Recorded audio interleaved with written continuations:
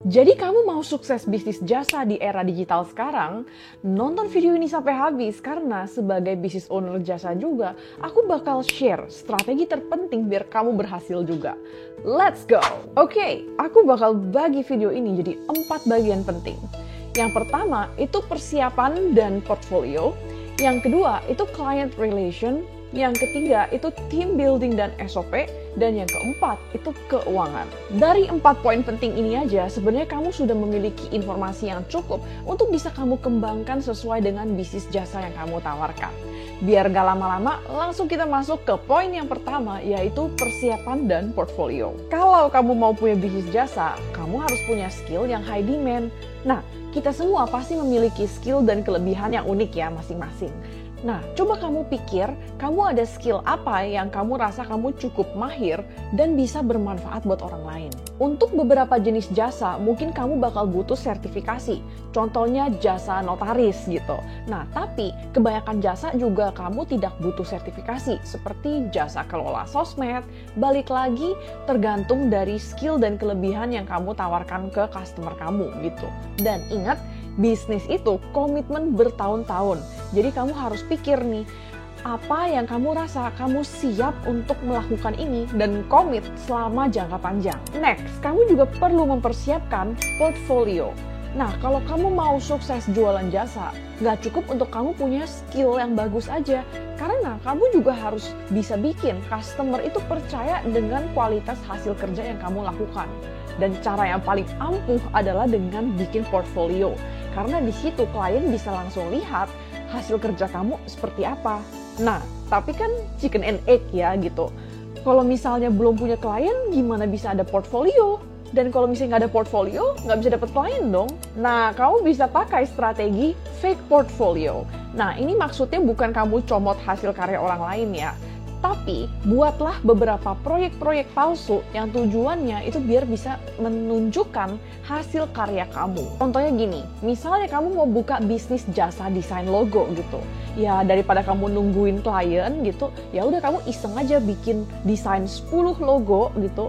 Meskipun itu tidak ada klien berbayarnya gitu, tapi kan itu tetap hasil kerja kamu yang bisa kamu tunjukkan dan kamu kasih lihat ke calon klien kalau ini memang hasil kerja kamu. Bisa juga kamu tawarkan jasa kamu ke teman atau keluarga, lalu kamu minta testimoni dari mereka, dan ini juga bisa jadi portfolio kamu. Next, ini optional ya, tapi kamu juga bisa sambil bangun personal branding di social media gitu. Nah, tujuannya untuk menunjukkan skill dan kemampuan yang kamu jual, dan juga ini bisa membantu kamu untuk humanize your brand dan juga membantu menarik calon customer. Sebenarnya persiapan untuk bikin bisnis jasa itu nggak terlalu banyak gitu ya dibanding bisnis produk gitu.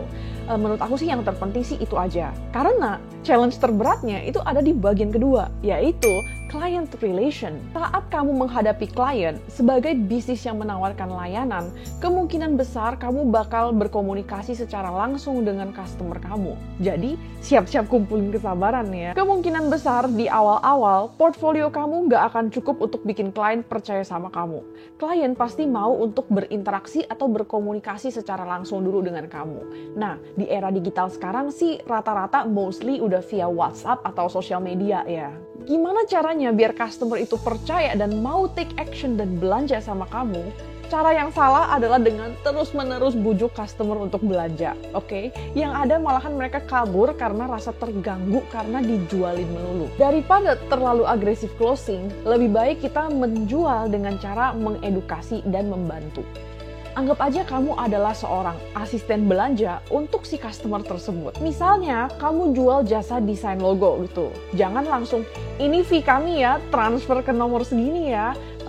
Customer langsung kayak, gitu. Coba begini, jadi misalnya, kakak mau desain logo untuk bisnis apa? Nah, kakak lebih suka yang minimalis atau yang bergambar?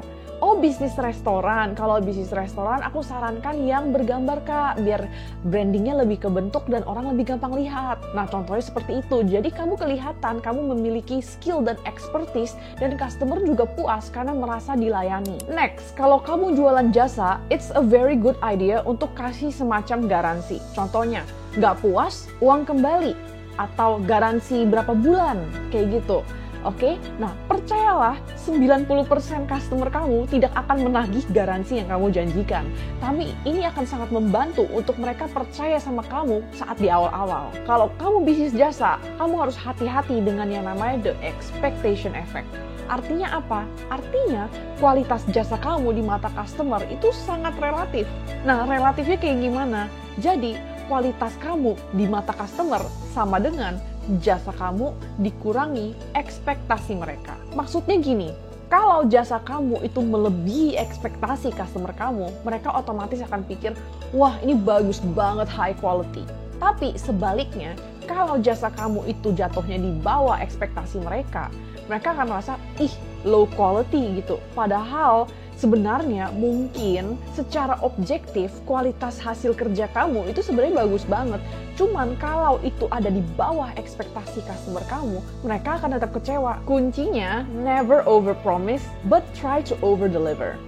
Artinya begini, jangan pernah kamu menjanjikan ini itu yang belum tentu kamu bisa tepati karena itu hanya akan mengecewakan customer kamu. Tapi terutama untuk bisnis jasa, cobalah kamu kasih something yang melebihi ekspektasi customer kamu kasih sedikit tambahan jasa atau apa layanan, kasih suatu added value yang tidak di-expect oleh customer kamu dan mereka akan rasa, wah ini keren banget gitu dan itu akan terlihat bagus banget di mata customer kamu. Oke, next, menurutku padahal ini adalah bagian tersulit ya dalam bisnis jasa gitu, tapi sebelum aku lanjut, kalau kamu rasa video ini bermanfaat, jangan lupa untuk like dan subscribe biar kamu nggak ketinggalan tips bisnis lainnya. Bagian ketiga adalah SOP dan team building. Percaya nggak kalau jebakan maut untuk bisnis jasa adalah ownernya takut untuk hire tim dan akhirnya nggak bisa grow bisnisnya. Mungkin mereka pikir kayak, orang lain nggak bakal bisa kerja sebagus aku, atau capek hire tim, nanti udah di training, udah pinter malah resign. Nah, jangan pikir gini ya, coba begini deh. Mungkin bener kalau kamu kerjain semuanya sendiri, kamu bisa memberikan kualitas 100%. Tapi kalau misalnya kamu rekrut karyawan gitu, misalnya anggap dia hanya bisa kerja 70%-nya kamu gitu. Nah, tapi kalau kamu punya 3 karyawan yang bisa kerja 70%, berarti kamu total bisa menghasilkan 210%. Bener nggak? 70 kali 3 gitu. Nah, itu jauh lebih dari 100% yang kamu lakukan secara sendiri, bukan? Tapi buat kamu yang mulainya masih sendirian, jangan langsung lemes, oke? Kamu bisa banget untuk mulai bisnis jasa dengan sendiri, lalu kemudian baru kamu hire tim setelah kamu sudah memiliki budget. Tapi yang paling penting adalah selama kamu masih berjalan sendiri, coba catat dan buat SOP yang lengkap dan detail. Proses dari awal sampai jasa selesai dilakukan itu apa aja? Habis itu cara closing dengan customer itu kayak gimana? Posting konten seperti apa yang bisa mendatangkan sales dan bisa rame? Nah, ini semua kamu catat.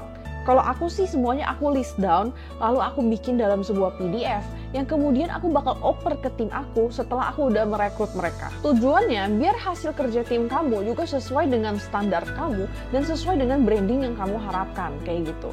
Nah, contohnya pas aku lagi meng-hire tim untuk Alien Studio, aku butuh graphic design. Nah, setelah aku merekrut graphic design-nya, aku oper SOP-nya, tapi nggak sampai kayak terlalu detail A sampai Z kayak gitu ya.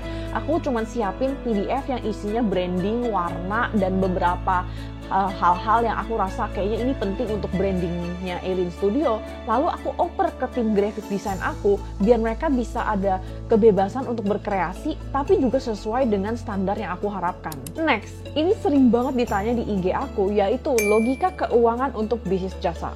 Nah, logika keuangan untuk bisnis jasa itu agak beda dikit ya sama bisnis produk gitu. Tapi kabar baiknya, bisnis jasa jauh lebih gampang.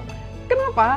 Karena bisnis produk itu ada inventory atau stok barang yang kamu harus pantau dan kamu catat di laporan keuangan. Kalau jasa, kagak ada. Kalau kamu jualan barang, kamu harus repot-repot hitung HPP pakai rumus ini. Tapi kalau kamu jualan jasa, nggak perlu. Kamu nggak perlu pusing ngitungin bahan baku. Kamu tinggal catat aja biaya apa yang kamu keluarkan untuk menyelesaikan jasa tersebut. Dan ini termasuk beberapa perintilan atau peralatan kecil dan juga tenaga kerja langsung kalau ada. Kalau bisnis jasa, kamu pasti banyak menerima DP dari customer. Sekarang aku mau tanya ke kamu. Kalau kamu dapat DP dari customer, kamu bakal mengakui itu sebagai sales gak? Kalau kamu jawab iya, berarti kamu salah. Ya jujur, logika accounting dan keuangan bisnis tuh memang agak aneh ya. Soalnya buat orang awam mungkin instingnya tuh kalau misalnya ada uang masuk ya sales dong. Padahal realitanya nggak sesimpel itu. Biar kamu nggak bingung, begini deh.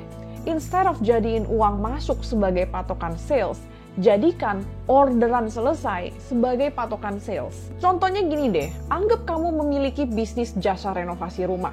Sistem pembayarannya itu DP 50% di awal, setelah itu kamu bakal kerjain renovasinya rumahnya gitu, misalnya sekitar 2 mingguan gitu. Setelah selesai, kamu serah terima dan kamu menerima sisa pelunasannya. Pas si customer kamu itu bayar DP 50%-nya, kamu belum boleh mengakui itu sebagai sales, karena kamu belum kerjain apa-apa. Tapi setelah kamu sudah menyelesaikan proyek renovasi rumahnya, kamu sudah berhak dan boleh mengakui seluruh nilai proyek, baik DP maupun sisa pelunasannya sebagai sales kamu. Meskipun nyatanya si customer itu belum transfer pelunasannya atau dibayarnya itu telat kayak gitu atau bayarnya mundur. Karena secara logika keuangan kamu sudah berhak atas uang tersebut.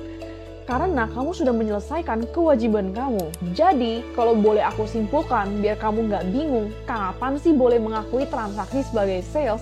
Ingat aja patokannya. Kapan kamu selesai ordernya. Kalau sejauh ini kamu jadi rasa makin yakin untuk memiliki bisnis jasa, jangan lupa untuk bikin bisnis plan sederhana biar kamu bisa melangkah secara lebih terarah.